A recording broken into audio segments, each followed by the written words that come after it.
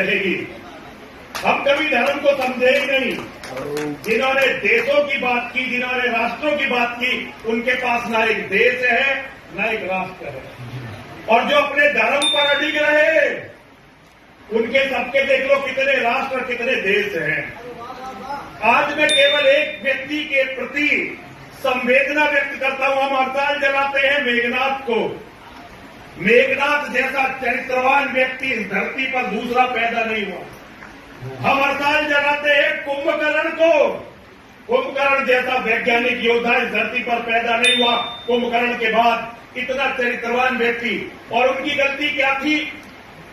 रावण ने एक छोटा सा अपराध किया और आज लाखों साल हो गए हम रावण को जला रहे हैं। अब तो ऐसे ऐसे अपराधी, भैया कोई रिकॉर्ड कर रहा है नहीं कर रहा, मैं धारण करना इसे। अब तो ऐसे ऐसे अपराधी पैदा हो गए हैं जिनके सामने रावण का कोई अस्तित्व नहीं है। अगर आज जलाना है, मैं सारे हिंदुओं का इस मंच से आह्वान करना चाहता हूं, यदि आप जलाना चाहते हैं हर दशहरे पर, तो अब तो मोहम्मद को जलाइए।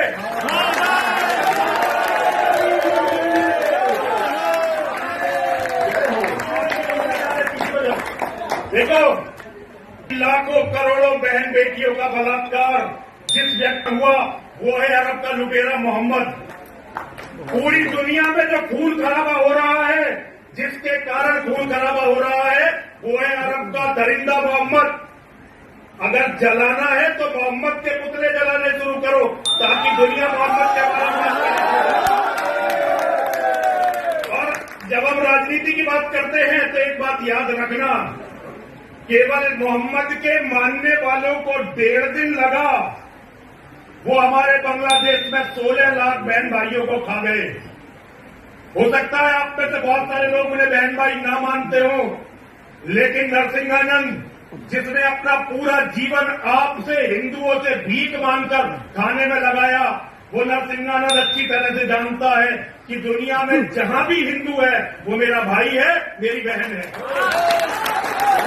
और उनका कातिल कोई और नहीं, मोहम्मद और मोहम्मद की किताब कुरान है। जब तक इन्हें नहीं जलाओगे धरती पर शांति आने वाली नहीं है। आज दुर्भाग्य है जिन लोगों ने हमारे कवि जब अपने हिंदुओं की प्रशंसा करते हैं तो मुझे कई बार बहुत शर्म आती है। दुनिया की हम एकमात्र निर्लज्ज कौम है। 16 लाख बहन भाई हमारे मारे गए और हम उनके साथ क्रिकेट खेल रहे हैं। दुनिया में और किसी कौम के साथ नहीं हो सकता। इजराइल 7 अक्टूबर 2023 एक घटना हुई, मोहम्मद के चेले इजराइल में घुसे और देखो उनका हवन अब तक याद चल रहा है, उनका तर्पण अब तक चल रहा है। लेकिन हम 16 लाख तो अभी मारे गए।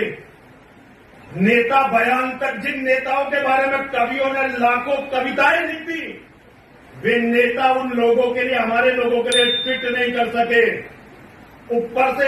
ऊपर से आया आदेश कि कोई भी बांग्लादेश के हिंदुओं के बारे में नेता बोलेगा नहीं।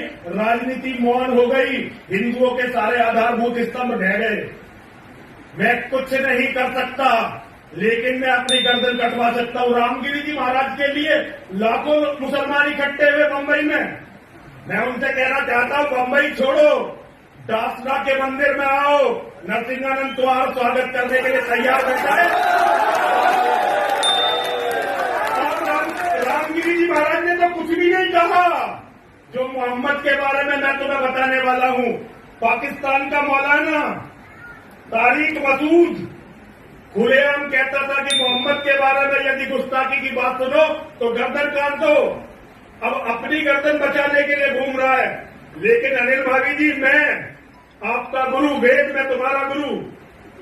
कल को याद रखना कि इजराइल ने लड़ाई लड़ी थी युद्ध के रूप में, लेकिन वैचारिक युद्ध कहीं से शुरू हुआ तो वो डासना के देवी मंदिर से शुरू हुआ। वो कुछ लोगों को मारेंगे और हम धरती से मोहम्मद की विचारधारा को मिटाकर मानेंगे। माँ और महादेव हमें शक्ति दे। और मैं अपने कवियों से ये प्रार्थना करना चाहता हूं, केवल यहाँ की बात नहीं है, जहां भी जाओ तो ये मान के जाना धर्म से बड़ा कुछ नहीं होता। और कोई व्यक्ति चाहे कितना ही बड़ा हो, वो तो धर्म के सामने कुछ है ही नहीं। व्यवधान के लिए अली जी तुम्हारी इच्छा पूरी कर दी?